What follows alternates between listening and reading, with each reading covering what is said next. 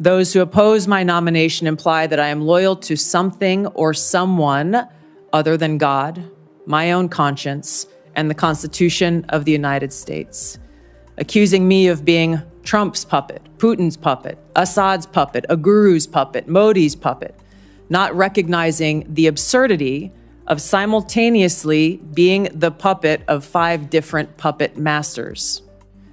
The fact is, what truly unsettles my political opponents is I refuse to be their puppet.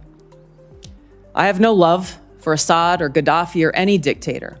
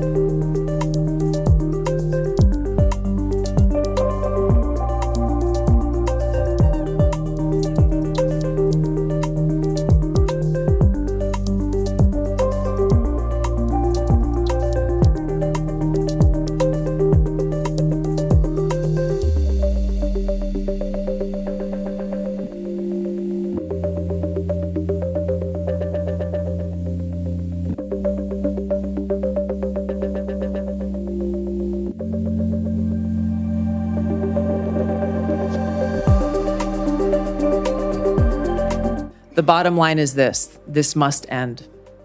President Trump's re-election is a clear mandate from the American people to break this cycle of failure, end the weaponization and politicization of the intelligence community, and begin to restore trust in those who've been charged with the critical task of securing our nation.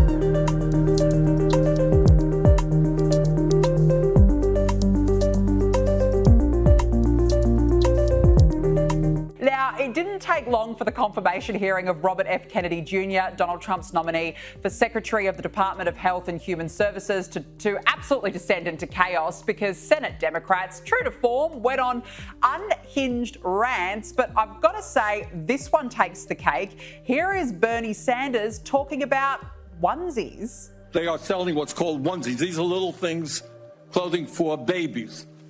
One of them is titled Unvaxxed, Unafraid. You're coming before this committee and you say you're pro-vaccine. Just want to ask some questions. And yet your organization is making money. Can you tell us now that you will, now that you are pro-vaccine, that you're going to have your organization take these products off the market? Senator, I have no power over that organization. I'm not part of it. I resigned from the board. Are you supportive of this?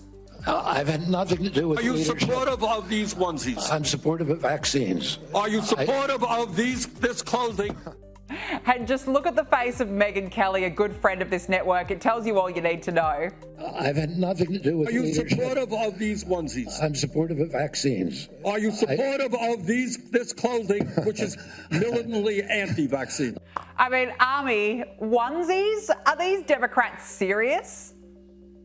I mean, look, the most outrageous part of that is they're charging $26 for those things. Look, let's be clear. Okay, I'm not the biggest fan of Robert Kennedy. I don't think he was the right choice for this job. I think he has made particularly questionable statements in the past and taken questionable positions in the past across the board. By the way, hard right, hard left. He seems to have U-turned on most of these things in order to get this nomination.